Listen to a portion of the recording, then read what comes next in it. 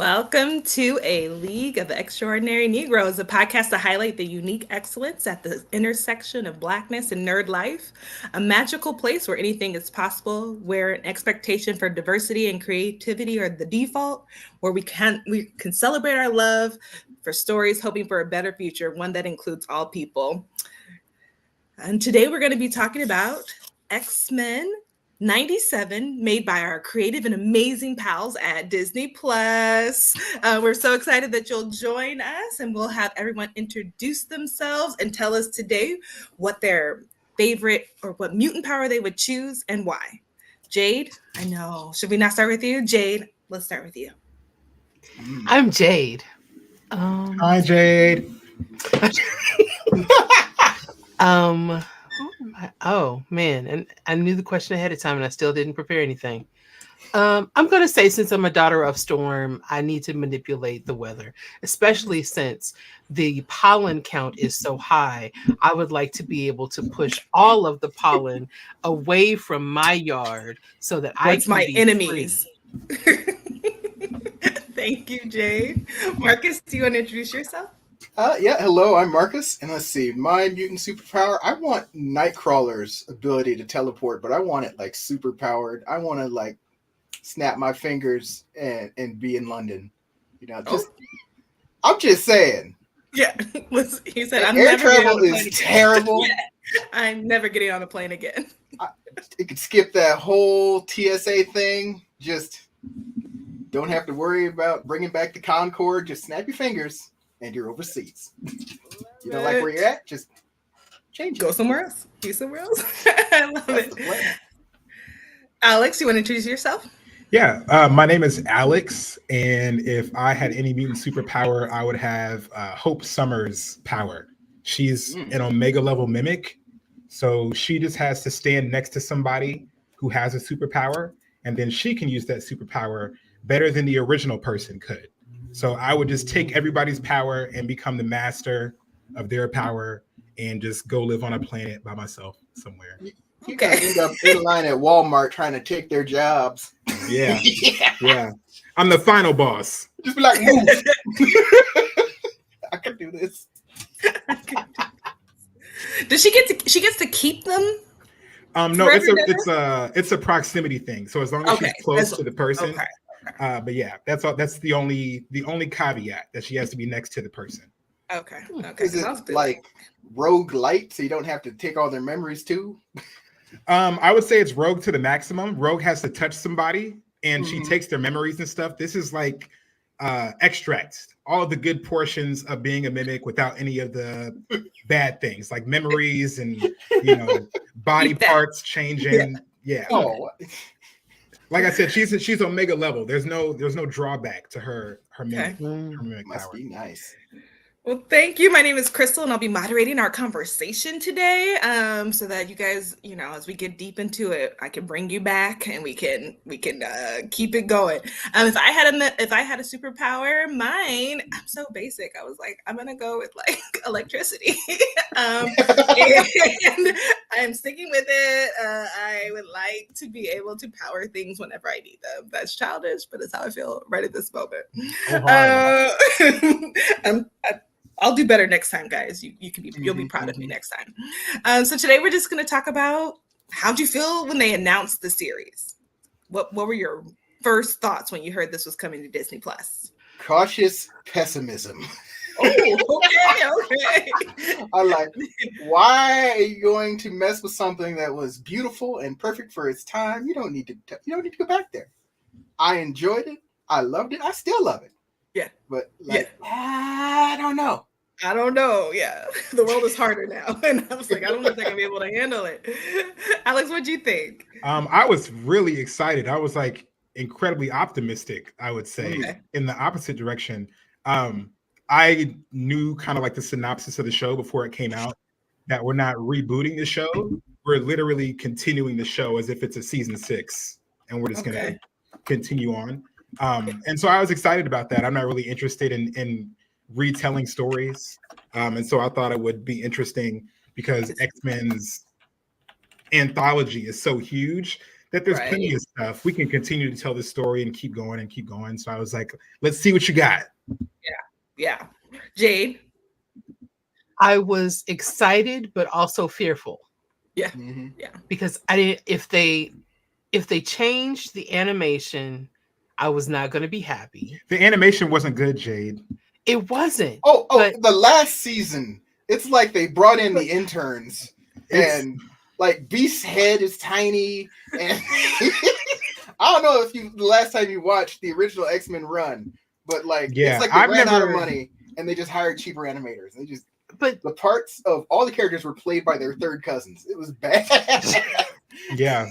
It was not great animation, but that's part of the nostalgia. I didn't want it to change too much. Okay. What about you guys when you think about that? Like if they had started drawing the cartoon in like super futuristic, almost what like Bad Batch, if it looked like Bad Batch or something like that. I'm not a fan of 3D animation personally. So that's too far. That would be too far for me. But I think for Jay and Marcus, it might be different. But for me, I grew up on Dragon Ball Z, Avatar, Inuyasha, all these shows that really take advantage of the advancements in animation. And I feel like when you go back in time and you watch some of these shows that came out in the 90s, in the late 80s, it's pretty easy to tell that we've learned some stuff since then. That it's like, like if you go back and watch the X-Men, you notice that nobody punches, nobody kicks, nobody throws. Well, no, they all throw actually. Everybody throws somebody, or they push people, or they toss people because they didn't know how. That type they of were stuff. Also subject to network television rules. You couldn't show blood. No, that's true. Too violent. It was. That's true, but then there are shows. There are shows where they do fight. Superman does punch Batman on Justice League, for example. That's later. When you brought that up, though, I immediately was like, Sailor Moon was horrifyingly bad. Yeah. One of my favorites, but also terribly animated. I think one show that did have good fights and good animation was Yu Yu Hakusho, which is like a late 80s, early 90s anime about this like punk street kid who like fights, and he gets like 3 other fighters, and they just go on fight tournaments and stuff. And so like there's precedent. There's options, okay. Yeah, they just I think it's just like Marcus said, budgetary concerns. Fox. Marcus said the interns came in. Oh, it was so bad. Yeah. You gotta go watch the last season of X-Men. You will be like, why is that Rogue? I think that one's supposed to be Rogue. Why is his head a different color from his body, and it's so small? That's funny. I think I would have been okay with an updated animation, but to like a certain extent. But I also enjoyed that nostalgia that they kept it the same. And then it, like to your point too, Alex, like it's a continuation. So obviously it has to kind of stay in the. What were you gonna say, Marcus? Yeah, I think all of my fears were allayed the moment the intro started on episode 1. I'm like, oh, okay, they know what they're doing. Thank you. Yeah, that's actually my next question. Like, how did it kind of compare to your expectations when you started watching? Why do we look at things so skeptically? Is it because I have been hurt before? Yeah. And also, it's called trauma. Yeah. Okay. They have. Well, I'm like, not to take us off topic too much, but the Good Times cartoon, everyone, if you've seen any, like that's why they could have done us the way they did the Good Times cartoon, but they didn't. I have not even. Nope. Yeah, don't watch it. It's just upsetting. Seth MacFarlane should. Like, the intro started, and I was instantly in. Like they lovingly recreated the intro in the new animation style, and have you noticed that the intro every episode? Yeah, changes every episode. It's so fabulous. Yeah, I do love that great too. Choice. I think that the skip intro button is unnecessary. Deeply on this one, That's part of the content of the show. You cannot. My brother said, "How dare they ask me if I want to skip?" I was like, okay. We're full of, we don't do that here. Yeah. No. especially when all the work they did to it. So, Jay, to you too, when you watched that first episode or in the whole series, did it live up to your expectations, or did it change what you were expecting? No, it was good. It's good. Yeah. I love it.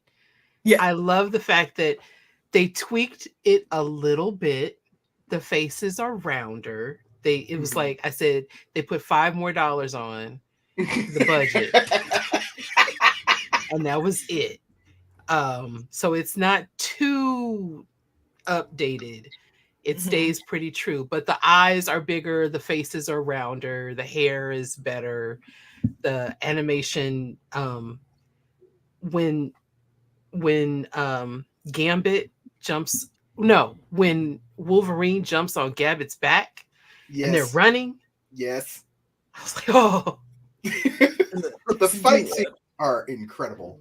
Yeah. This is it. This is a little bit upsetting, but I was like, they committed to Storm as a Black woman. Like, she's not ambiguously brown. You're like, no, people have colors. They have shades. Yeah. So I was like, oh, she's very Black. Jubilee appears Asian. It's all very good. Yes. She does. Yeah. That is so funny. Yeah, that is so funny. So, Alex, did you talk about how it lived up to your expectations? My expectations, I feel like I don't really have expectations for this kind of stuff. I'm the type of person who will read it and I'll absorb it and I'm like, that was a good ass time. Yeah. I don't really have a critique in a way that would be like, I wish that they did something like this. Only in cases where I really, really, really didn't like something will I be this was like, like Black Widow. Okay. Black Widow was really bad. And I will never apologize for how much I did not like Black Widow.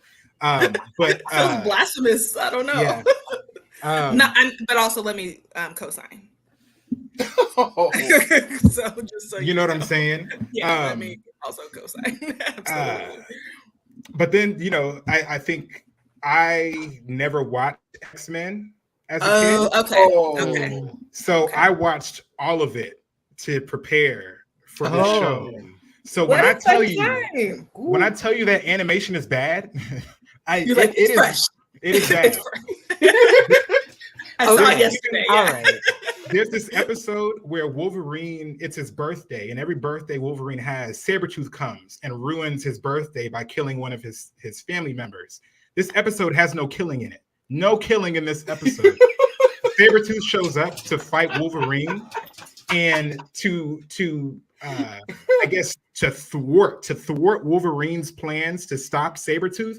Sabretooth picks up a giant boulder as Wolverine is like clawing his way up this mountain to push him. And he's not going to stab him. He's going to push him really firmly. And Sabretooth picks up this boulder and just tosses it at Wolverine. And I was just wondering, I was like, Sabretooth's power is not throwing boulders. It is not this entire show. This entire show is predicated on pushing people, throwing people, tossing people. No punches, no kicks, no perfect blood. Sense in the 90s. Yeah. And we got blood now. We got explosions now. We got sex. We got kissing. Girls. There's an episode. There's an episode in the original run where Logan gets turned into a little puddle of goo, and he comes back. He's not right, and that was worse than any punch you could have ever put on the man. But it wasn't. True. It wasn't. And we could draw that. Hilarious. We can draw that. That is so funny. We have a comment. We have a comment from a viewer. We have Tony Bagels. Hello, Tony Bagels. Yeah. My mutant superpower would be to instantly adapt to any threat, like that Darwin cat. Oh, but Darwin in the movies. Remember when they did him like that in the movies? Still alive. He's still alive. They just didn't finish it. He just crumbled a little bit. He'll be fine. They should have turned him into a statue and put him out front of the Xavier house. And like he's not No. He just walks in the house some Tuesday, like, that was a trip. But thanks for the comments, Tony. That's a good one though. So far you have to give it on a scale of 1 to 10. What are we rating it so far? 11. Jeez Louise. Hmm. I'm not at an 11. It's got so many. It's so good. You're not Like, taken aback by all the sad. There is a lot of sad, No. but like That's good. Okay. They've looked at all of this X-Men history since the comic has been around forever. And they've just taken the best bits of each story they can get their hands on and just put them in a blender and throw them out here. Yeah. I'm not mad at it. You're like, I'm not mad at it. Yeah, I I would would agree. Here for every episode. They're speed running a bit of it, but who cares? I don't think it's. I think the most difficult thing about it, like Marcus said, is that there's so much history in Marvel Comics in general. Like Oh, we lost the audio.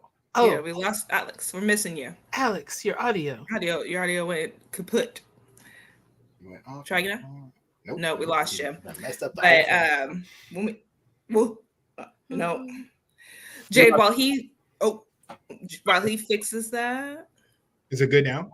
Yes. Okay, good. It cuts out every so often. I don't know why. I'll keep checking. Oh, okay. That's rough. So you're just saying the history was so Oh, thank you. Yeah, there's so much history in the comics. Like I said, I wasn't really worried about X-Men 97 because X-Men 97 stops in the 90s. There's 30 years after that of, comics to do. But I think the talent that X-Men, the original show, and X-Men 97 has is taking what is essentially like for Madeline Pryor and Jean Grey's story, that's like 40 issues of a comic that they condensed into like 2 episodes. Okay. And so I agree sometimes it can feel rushed, but they also feel in a weird way really fleshed out. Like everybody's getting some time to breathe. Nobody, I feel like, I'm like, what about that? What about that guy? What happened? Yeah. Although I want to know where Bishop went. I want to know where he went. The future. That's not enough for me. That's not enough. And it's not enough. And you knew it when you said it. It's not enough. Oh, can I just say that I love this Bishop? I'm so glad they cut his hair. Yes. And made him distinctly black. Well, he is so iconic. He is like kind of black. Canonically, I'm pretty sure he's Aborigine. Well. Oh, really? I didn't know that. I didn't know. I always thought he was a black person. I always thought he was. Yeah. And in this one, he's not so much like, I don't know. I've always got like, he's a cop. Be careful. He's a cop. I don't know. From an apocalyptic future, I don't know that you can call him anything other than. No, I don't know. I feel where were they getting those hair care products in that timeline? That's all I want to know. I feel the same way about Bishop that Crystal does. I feel like Bishop is the guy, like if Bishop and Cable are 2 sides of a coin, Cable is the guy who wants to save the past from becoming the future that he comes from. And I feel like Bishop is like, he comes back in time and he's like, guys, listen to me. We have to stop the future. The president is going to be black. And we're like, no, Bishop, actually, we're cool with that. Yeah, that part we like. Yeah, and Bishop is like, no, by any means necessary. I promise you, I'm like, don't tell Bishop. I feel like he'll snitch. Yeah, I don't know what we're talking about, but just in general. They've cleaned him up. They've definitely cleaned him up like nowadays and in the cartoon as well. But Bishop's history as being somebody from the future on the wrong side of history is hilarious. It's weird. Like he's never in the right. He's always in the wrong. I always feel that. How effective is he? Because like if he ever got the job done, we wouldn't see him again. Yes. Like, what are you doing, sir? Yes. There's a whole run in the comics that the character I talked about earlier, Hope Summers, the mimic. Yeah. She's Cable's daughter. And so there's a whole run where Bishop believes if he kills Cable's daughter, he will save the future. And he tries really hard. And you're just like, he comes to this point later on in the comics where he's like, what was I doing? What was wrong with me? And everybody's like, yeah, what was wrong with you? We were asking ourselves that. Yeah, trying to kill Gambit the first time we see him. Yeah, like okay, just check. Oh, okay. So thank you. Yeah, I think. Do we all talk through kind of how we? Oh, Jay, did you give it a rating? Alex, did you give it a rating? 1 to 10. 10. How do you? 10. 10. 12. Jeez. Oh, you had to one up. Yeah. All right. So now I just want to jump into let's talk through the episode's amazing moments of just great creative license that they took. Or I'll give an example from episode 1, because mutant could code as any marginalized community. So there's this moment when they're talking to the guy who killed Xavier.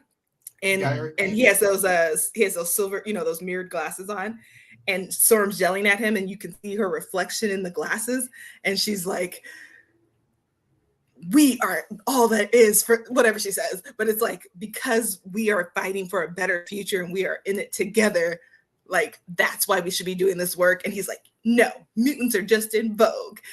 Very soon the real truth will come out." And I was like, that's how I feel too about the world. I was like, it makes me upset too. I don't know what to do.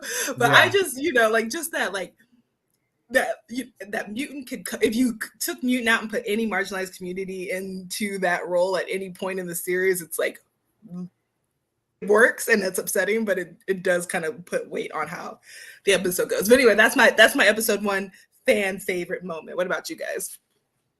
And you don't have to go by episodes, but just I think that this is the most beautiful Magneto I've ever seen. Oh, his hair is gorgeous. Oh, you mean aesthetically pleasing? He is buff. Okay. He has no sleeves to show his arms, because why else would he be sleeveless? Why else? He's sleeveless with a cape. He looks like the white vampire in Brooklyn. Hilarious. It's so much. Funny. That said, my favorite moment in episode 1 is when he just comes into their house and he's like, "Hey, all this is mine now." It's Charles left it all to me. And in this illustrated book of his last will and testament is bound. Man, and he was in the house reading the book. I'll also mention Gambit's crop top, but yes. Shout out to Gambit's crop top, because I don't know what made the incels so angry about his crop top shirt, but I mean, if Prince can do it, why can't Gambit do it? You know what I mean? And he did do it. No, it's the most Gambit piece of attire he's ever put on. That's what they were saying. That's funny. Any other episode 1, if we want to do it that way, but any episode moments of clarity, our moments of zen. To the comment, Tony Bagels, he said it's too rushed and too damn mushy. It's more melodramatic than a telenovela. Dang, Tony! Are you familiar with the X-Men? To that, and that's what I was gonna say. The best thing about the X-Men is that we're not a team; we're a family. And I don't like you. I don't like you. You don't have to like me. But we are going to save the world today. We're going to make this work. And we're going to make it work. I think the best thing that they can do with the X-Men movies, if it comes to the MCU, is lean into the familial bonds and not so much into the fighting and the punching. Yeah. We fight and we punch because we don't like each other. You know what I mean? I.e. Scott and Wolverine. Logan. Yes. I think the thing that I love is that we're not doing a love triangle with Wolverine, Cyclops, and Jean. We're doing a love triangle with Rogue, Gambit, and Magneto. Mm-hmm. That's okay. Wait though, but yeah, we got. I was like, nah, there's still. I mean, it's more a little quadrangle where you add in a little bit. But I was gonna say, okay, so I'm like, I was like, maybe it's a line in a point but he's still in there. He's still in there, but I Yeah. don't think that Gambit will ever compete with Magneto.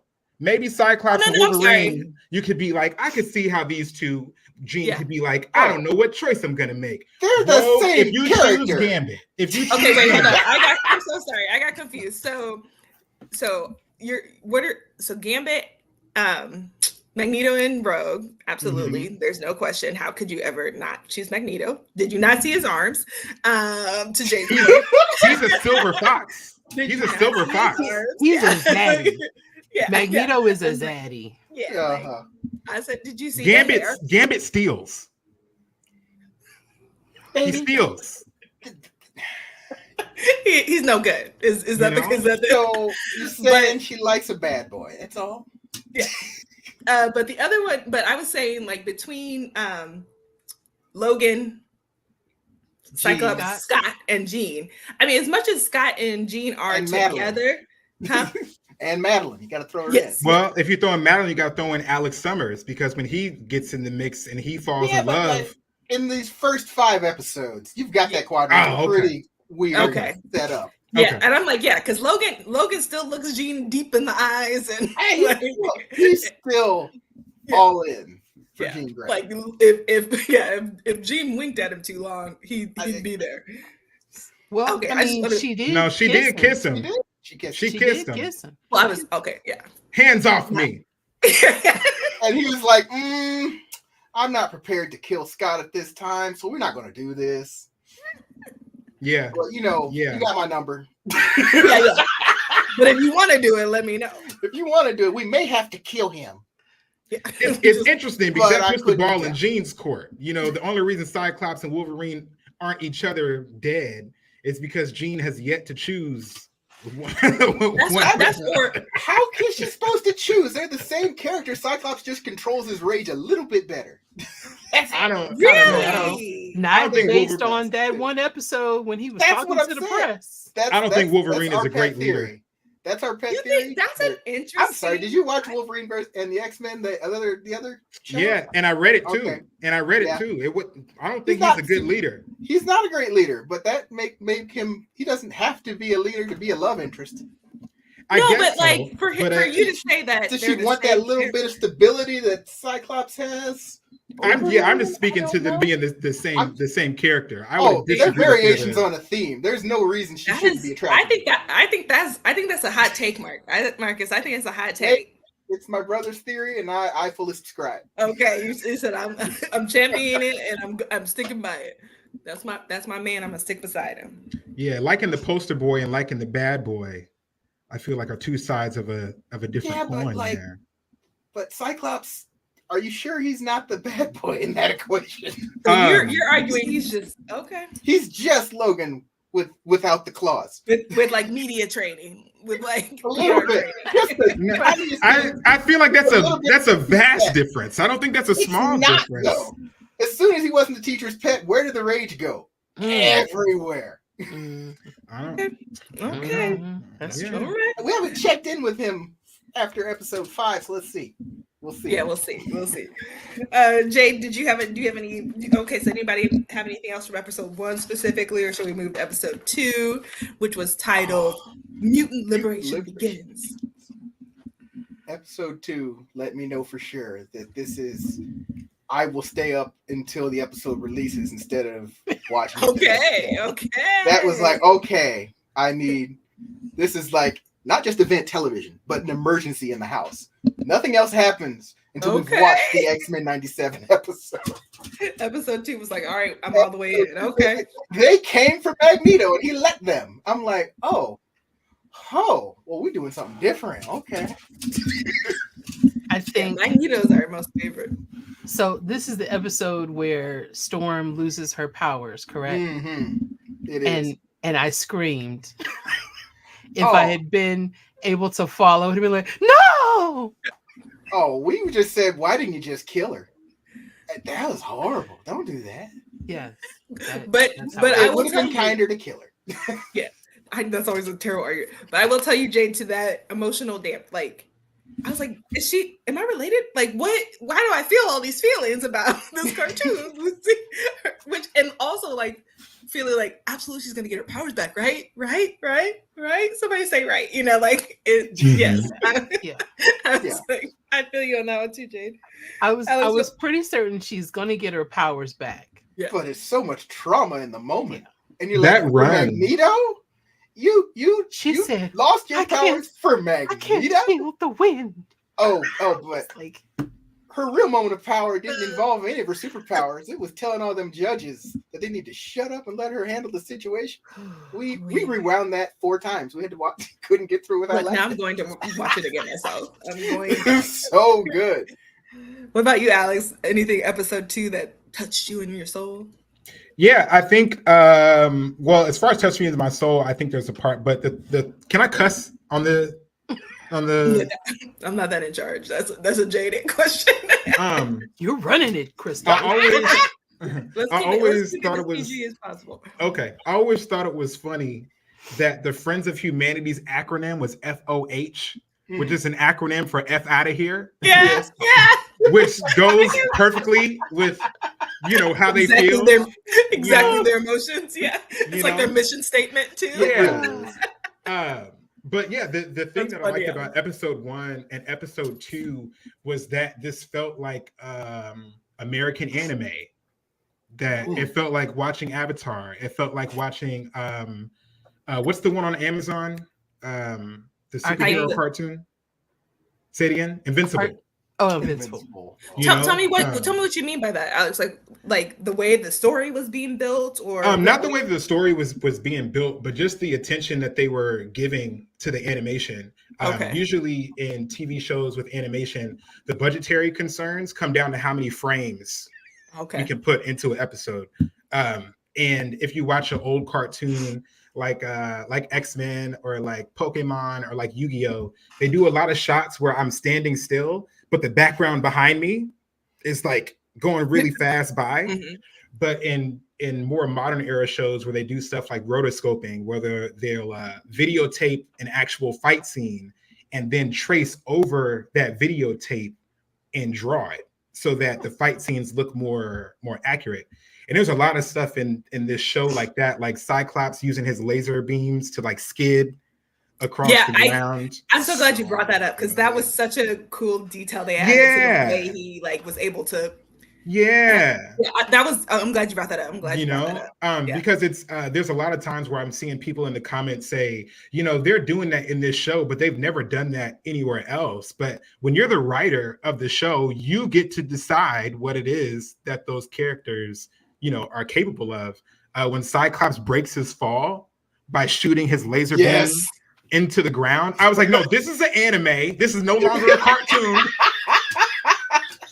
This is a Japanese style. They're going for it. They have always been concussive blasts, not laser beams, so it makes sense.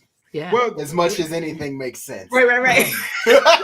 Yeah. I will say I wasn't fully on board, but I was like, this is also a cartoon. Let's just live. It's one of those things where it's like the fantasticalness is what builds the mythology of these characters. Storm is revered and respected the way she is. It's because we continue to write stories where she's the most badass N-word in the world.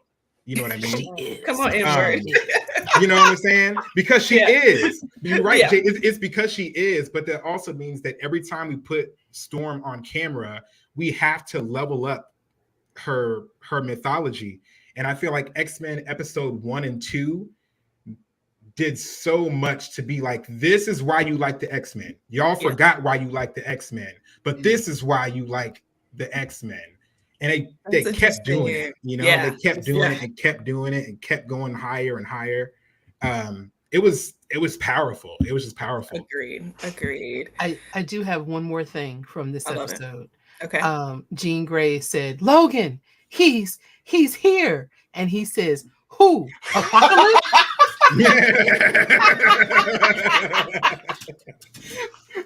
And she just puts the keys in his hand like, dummy. Baby. Yeah. I love this. That's great. So funny. That's great. Okay, so we have episode 3, Fire Made Flesh. Oh, this is my Was favorite correct. episode. The Oh, My internet was really? favorite, correct. my favorite episode. My They're favorite like, episode. Mm. Okay, tell us why. Tell us why The your favorite. Jean Grey, Madeline Pryor clone saga storyline is the most convoluted storyline in all of X-Men publication. You will never read a story that's more complex, makes less sense. It all happens after Phoenix, Jean Grey dies and becomes the Phoenix. Cyclops all of a sudden gets his wife back. Turns out she's a clone. That's the spark notes, and the actual story is like way too long, just way too long. And they were able to just condense it in such a like bite-sized way where it's like, oh, everybody gets, oh, that's Jean Grey's clone. Cyclops got Jean Grey's clone pregnant. Cyclops is going through some things because he doesn't know who the baby mom is. That's all like simple. It all was like really understandable. But it was over the course of like 3 years of comics. Like, gosh, gosh. So it's your favorite because of how well they were able to do that, that condensing. Yeah. And okay. Marcus, how'd you feel about episode 3? I love that it was like episode 2, Jean Grey shows up at the house and faints, and everybody's like, that's the real Jean. Because you watched the show in the 90s. Jean is only conscious half the time. Mhm. She uses her powers, and then she needs one of those fainting couches. And you're like, oh, Yes. okay. Yeah, it's always too much. It's always too much. To She be- does faint a lot. Yeah, To be it's always Omega too level, much. she is very delicate. She's Yeah. Omega level, but you know, she doesn't have it all under control yet. That's why she's here. Yeah. It's a school, and you live there. Yeah. Can we talk about how the Xavier School for Gifted Students ain't never got no students in it? Y'all the only 5 kids that go to this school. That's crazy. Why is They keep it so mentioning the big? kids. Oh, they keep being like, it's role model for the They're on kids. spring break. They will Oh, be back in season 2. We got Yeah, different I problems promise for you, the don't adults nobody go to first. school here. It's I not- mean, I don't believe. is it a school? There's a jet underneath the Charles- basketball gym. I mean, Charles died, Well- so everybody took their kids out. they're like, oh, This school ain't no good no more. This school ain't no good no more. That's hilarious. Ever since y'all turned into a magnet school, huh? Yeah. Oh my god. Jay, that's funny.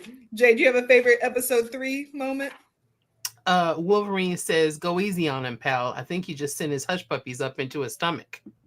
I can't with you in these amazing quotes. Like, and then he said, Who is he talking to? Who is that in reference to? I don't even remember. He's like, I just had a good time. Yeah, I love Wolverine. I absolutely love Wolverine, and he is hilarious in this show. In this iteration. Marcus, did you say your favorite third season or episode 3 moment? for episode 3, it was a little weird moment for me. Everybody's in the mansion seeing their worst fears, and Beast is apparently being stuck in an elevator with a giant head, and I'm like, what? It's a weird thing to be afraid of. At least Gambit's is real. It's like, oh, Rogue and your girlfriend are spending the Rogue and her old flame is spending a lot of time together. Did you notice? Did you notice? So, yes, I did subconsciously notice that. Yes. That's funny. Okay, so yeah, episode 3 was great too, and then we moved to episode 4. I don't know. What was your favorite part?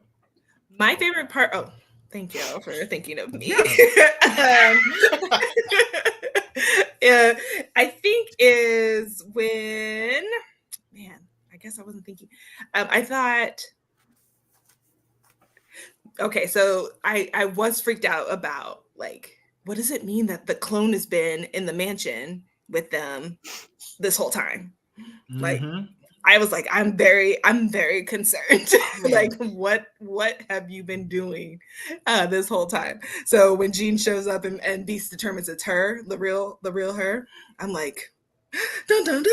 I don't know. It Yeah. ratcheted up Yeah. my excitement and like my investment in the show. And she had It been does there for a long time because Well, they yeah. in the intro, Jean has her hair down, Yes. but that's Madeline.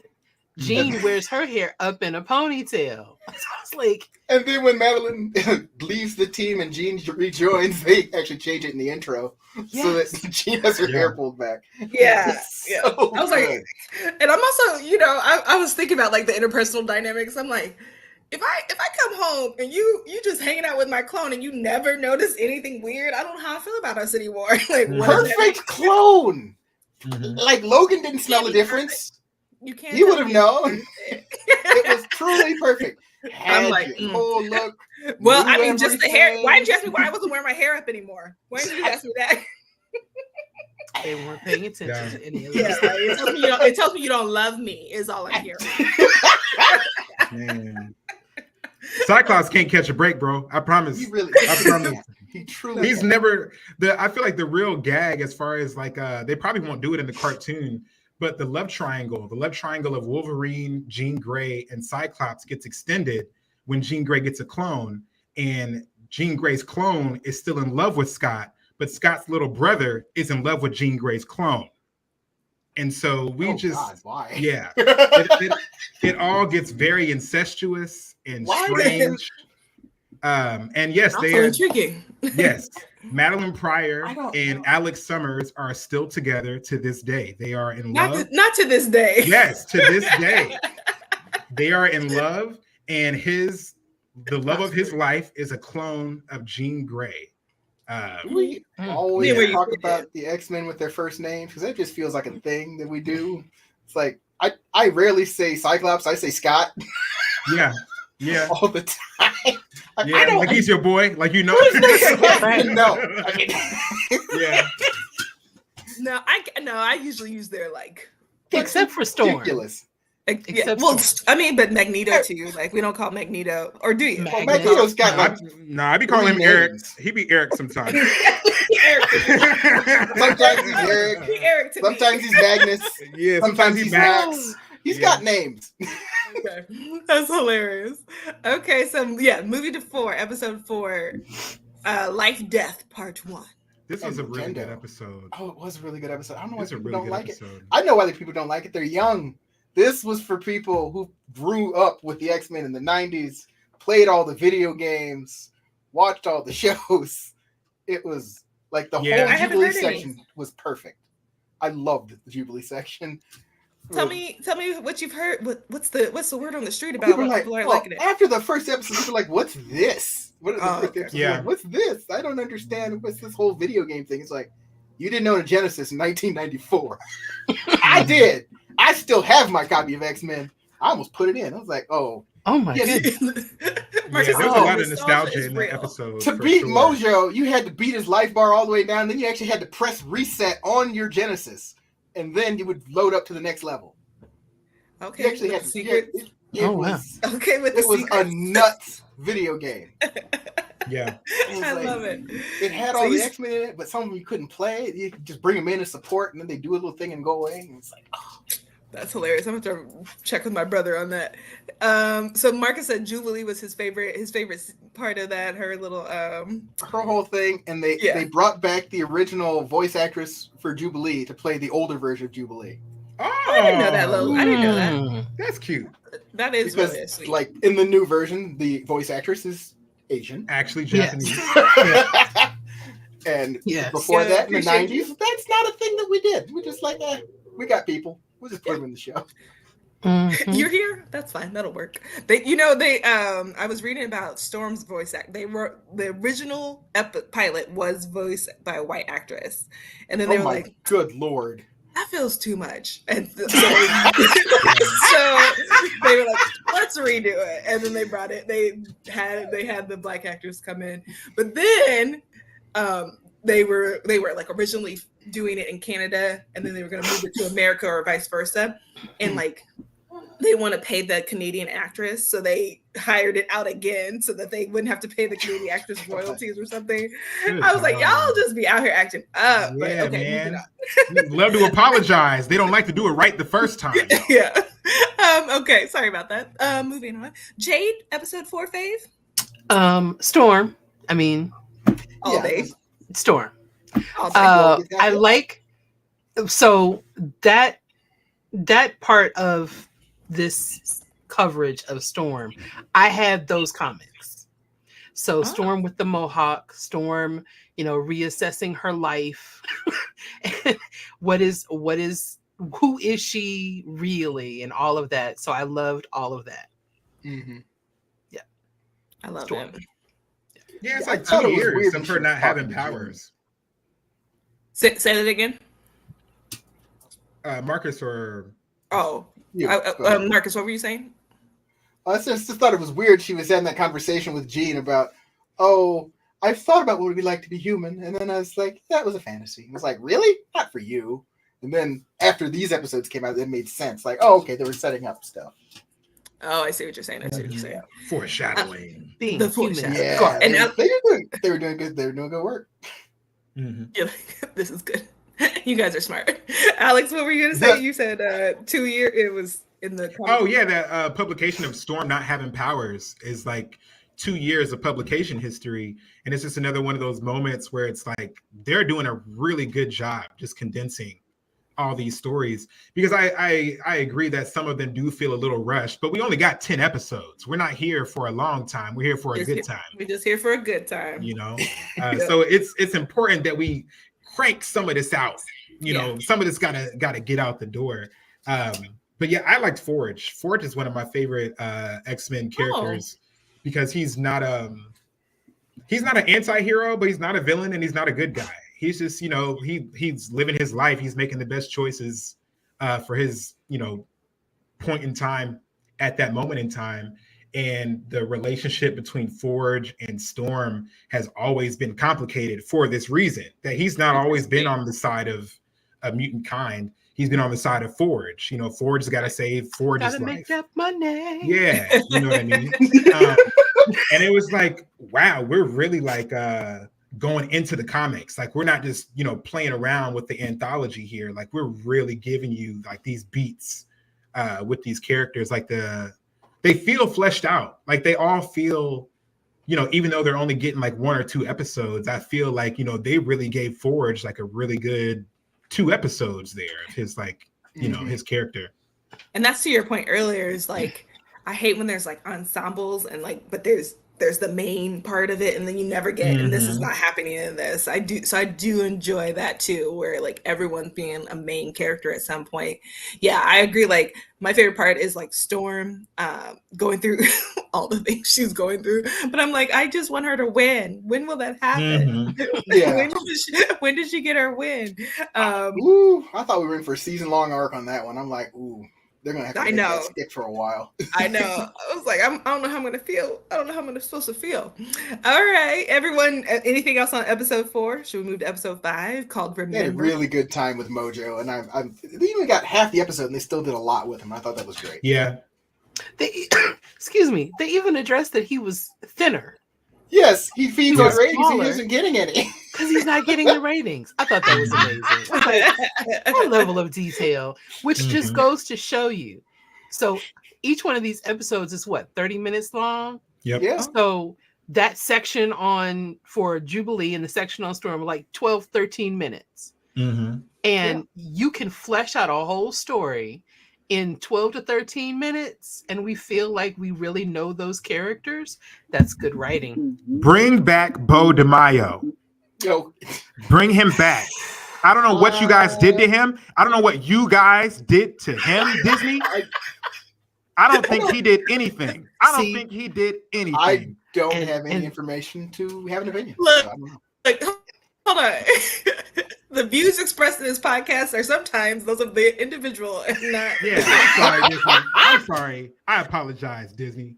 I got it outside myself. You know, call him and apologize We to him. appreciate the passion. We appreciate the Yeah. passion. But you That's know, hilarious. going into the 5th episode now, that was the episode where everybody, it seemed like there was a collective, bring the black man back. Yeah, there's even a We will petition now. riot in the streets. And I said that out loud, and I didn't even read that from anybody. Oh, really? And the next day, I started seeing people posting, we will riot in the streets. I was like, oh my God. Mhm. You're like, I'll be there. What time? Odemayo came out with a tweet, and he was like, y'all are excited about episode 5. He said episode 7 to 9 are where I'm really like going crazy. And so he's like, you guys aren't even prepared for where it's gonna go from here. Ooh. I mean, yeah. episode 5. Yeah. Remember it. Yeah, I think we will. I think we will. Yeah. Yeah. It's like I love it. they did all of the work to make Genosha just a place that was safe and interesting, and just like they mentioned it all the way back in episode 2 when Magneto saves the Morlocks, and it's like, hey, I sent them to Genosha because when were you guys going to do that? Well, it's a good thing I'm in charge now. Like, okay. So y'all could have done that at any time. You just got them living in the sewer. Right?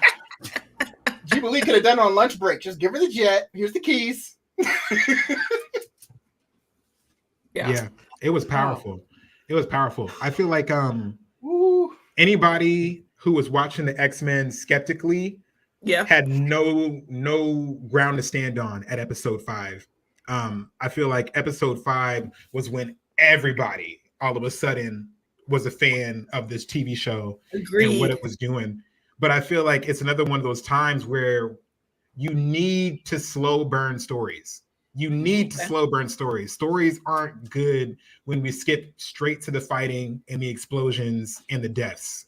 Gambit's death is so magnanimous, I guess, because of what he's going through with Rogue, because of what he's going through in this triangle, because of what the X-Men are going through, because of the struggle of this entire island being like massacred in a single night. So when he dies, you feel all these pressures that are on him at once. And so when he sacrifices himself, it's not just like badass for badass's sake. Like there's a contextual reason for us to be doing this right now. And I think anytime you're doing that to service a story, it's always going to go like miles ahead of like, let's do explosions because people like explosions. And it's like, you know, we have the budget to do it, you know?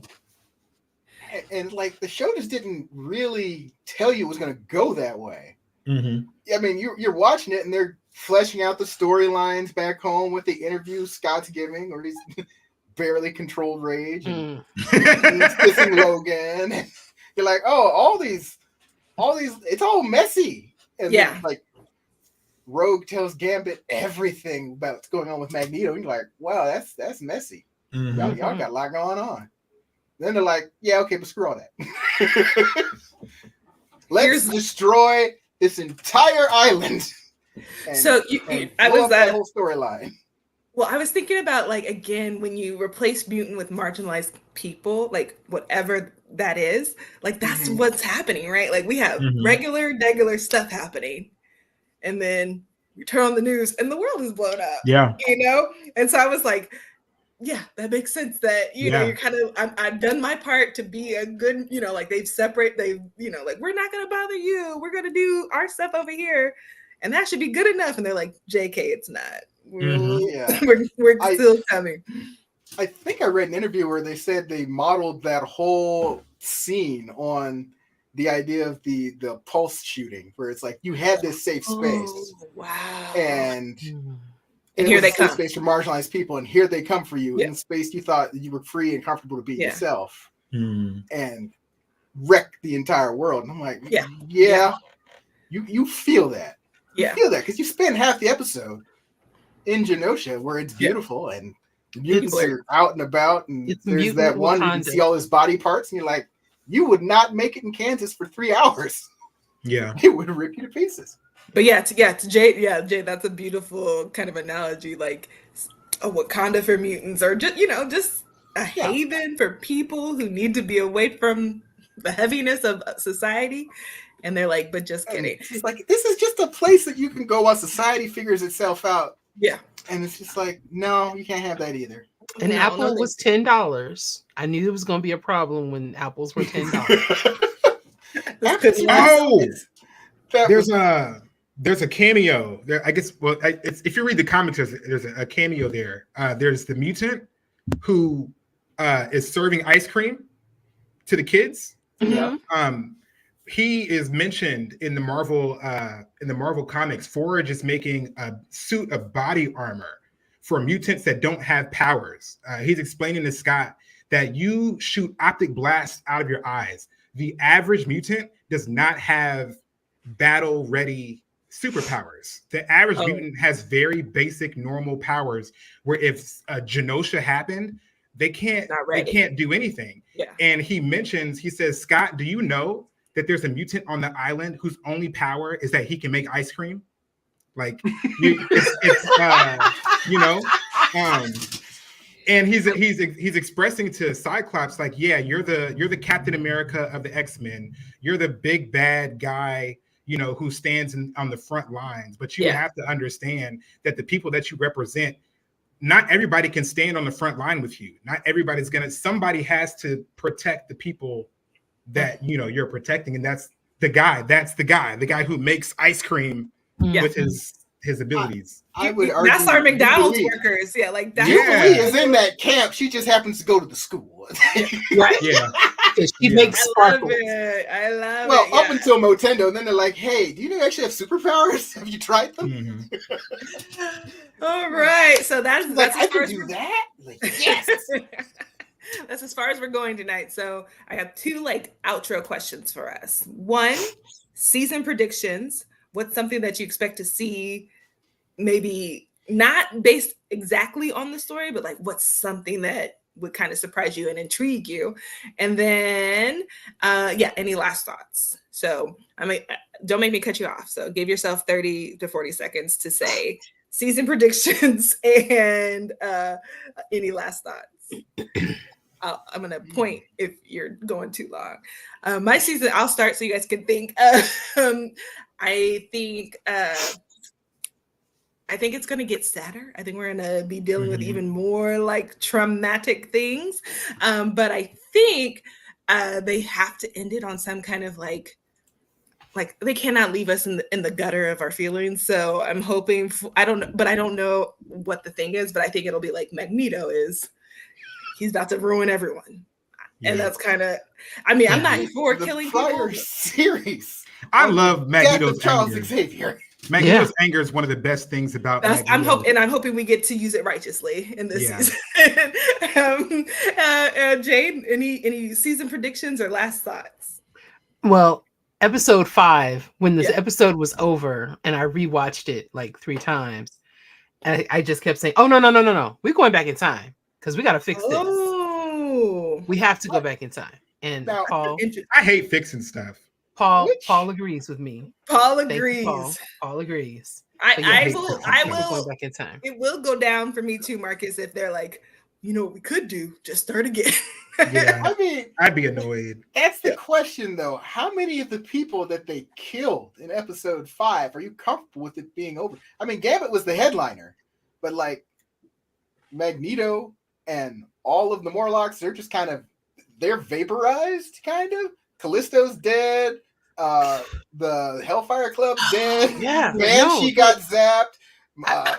That's I right. can't Was he stand carrying what's her Myra at the name? time? I can't stand Emma Frost, but she can't be dead. I love Emma him. Frost is fine. Emma Frost is fine. She's fine. Well, I'm not even. I don't know, Jade. Are you getting kind of like a white girl savior vibe off Emma Frost? I don't know. Moving on. I don't Marcus, know. you were She gets saying. on my nerves, but I know. I'm I don't know what it is either. I believe Is it this the is blonde when hair? Emma Frost finds her diamond form. She'll be fine. When are we going to add Emma Frost to the love triangle? Oh, she's already in there. She already knows. She's You like, saw the way "Hmm." she was looking at Scott. She was She's like, like- okay. Oh, You just keep alright. talking to Jean. You like When Jean? Jean- Okay. When Jean interrupted Madeline, it was Yeah. like, "Oh, what was you doing?" I know what she was doing. Okay. No. Okay. So, any last Like, thoughts? on their phone. Like, we haven't been eating. What are you doing? All right, Marcus, I'm pointing at you because you got to say one last sentence, and then we're moving to Alex. Magneto's obviously not dead. That's all. Okay. Yes. Okay, Alex. My prediction is that all the main characters did not Season die. predictions or The main characters did not die. Emma Frost didn't die. Yeah. Magneto didn't die. Yeah. Rogue didn't die. Gambit your main did character? die. No, I'm just kidding. Gambit died. Gambit stayed I don't. dead. I think it's important that when you kill characters, they stay dead. I don't like bringing back dead characters unless we're gonna wait 3 seasons. 3 seasons from now, if Gambit wants to kind of come back miraculously, I'm okay with that. My prediction would be that the Nimrod Sentinel appears as the season 10. I mean, episode 10 finale, and then it becomes very good. Mutants versus humans versus robots. Is where it goes. I think you get him sooner because he's already showed up in the intro. Yeah, I saw him in the intro. That's what made me. I was like, ah. I see it. All right. Watching the intro, you're like, oh, we're going there. Okay. Yeah. I love Nimrod Sentinel. I love Nimrod Sentinel. Right. I'm getting a pin, Jade. And if you're a fan of Bishop's original hair, it is in the intro. Yes, I did see that. Yes. All right, everyone. All right. Well, thank you so much to my panel, my friends, for talking about X-Men 97 with us, the first 5 episodes. Look for us again, and maybe we'll come back together sooner to do the season ending. But also think through kind of what maybe you would like to see us chat about. And on that note, we'll call it. Oop, just kidding. We got a couple questions. I love questions. Good. Let's see. Tony, did any of you think that there will be a multiverse reveal by the season's end that would connect to the MCU? I think I heard them say that this won't connect. You said yes, Jade, and Alex, you said you heard some rumors that no. Yeah, I heard rumors that this is going to be an independent thing. I've already heard rumors about what the X-Men team was. The new X-Men team for the movies, not the actors, but like the team roster, and it doesn't match the cartoon. But I also think if we're gonna do the X-Men, I would really like to stop.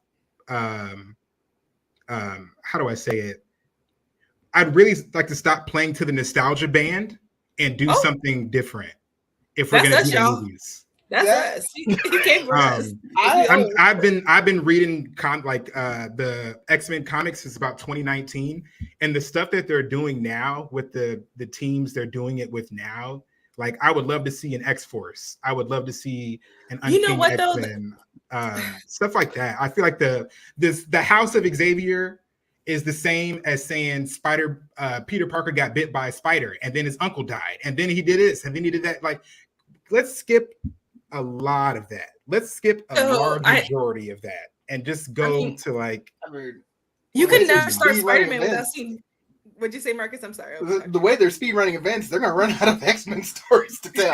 No, these characters, with these characters, they're gonna have to introduce some new ones. Nightcrawler's in the intro now, so maybe we'll do some of his stuff. These comics, the ones that they're doing are all 80s. They're all 80s to early 90s. I just feel like they haven't done the work to like make us love the new people in the same way that they've done with. I don't mean new people and like, or not new people, but I just mean like your X-Force. Like I know who's on it, but I don't know who's. I don't. Yeah, no, I agree.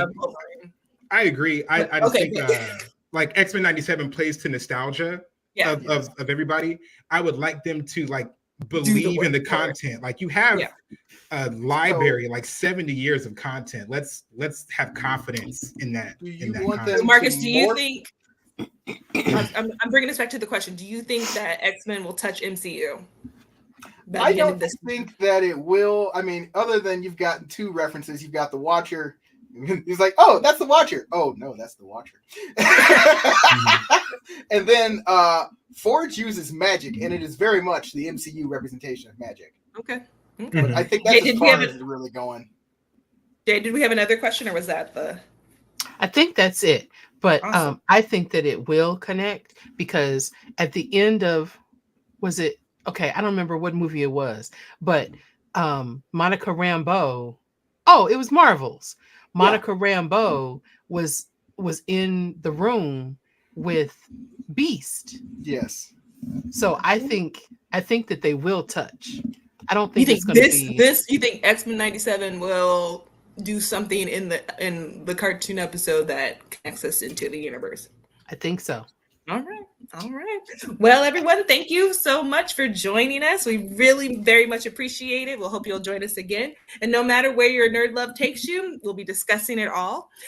So be sure to join us as we talk about fantasy, TV adaptations, and moments in the culture, all with as much coolness as possible.